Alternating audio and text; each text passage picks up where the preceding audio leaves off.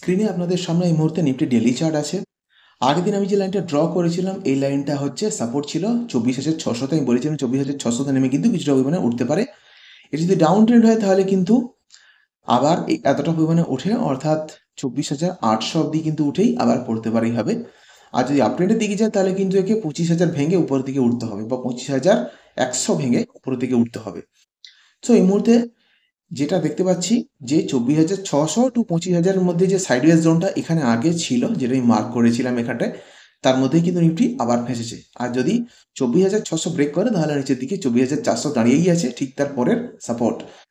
দেখে নেওয়া যাক ট্রেডার্সদের জন্য অপরচুনিটি কী কী আছে। 5 মিনিটের চার্ট আছে আবার আপনাদের সামনে। ঠিক এই জায়গাটাতে নিয়েছে নিফটি সাপোর্ট, দেখে সেখান থেকে ওঠার চেষ্টা করছে। 24,895 প্রায় 900-র কাছাকাছি আগের দিন ক্লোজিং দিয়েছিল।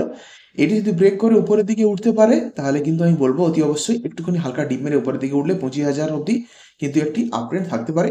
যদি নিচের দিকে যায় তাহলে কিন্তু আবার, যেহেতু এটা প্রায় 24,900-তে আছে, তো নিয়ারেস্ট এই মুহূর্তে যেটা আছে সেটা হচ্ছে আপনার এই জায়গাটা, অর্থাৎ 24,700। 24,700 অবধি যদি পড়ে তো পড়তে পারে, 700 ব্রেক করলে কিন্তু আবার সেই 600 অবধি। তো নিচে 700 আর উপরের দিকে যদি যায় তাহলে কিন্তু 25,000 এই মুহূর্তে আমি দেখতে পাচ্ছি।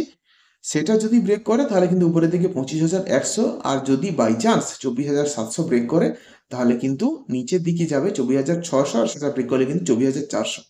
এই মুহূর্তে মার্কেটের যে কন্ডিশন, সামান্য পরিমাণে যেটা ওঠার সম্ভাবনা আমি দেখতে পাচ্ছি সেটা হচ্ছে 25,000-এর দিকেই যাবে বলে মনে হচ্ছে, যদি 24,900 ঠিকঠাক করে ব্রেক করে উইথ প্রপার ভলিউম। সেটা আপনাদেরকে একটুখানি খেয়াল রাখতে হবে।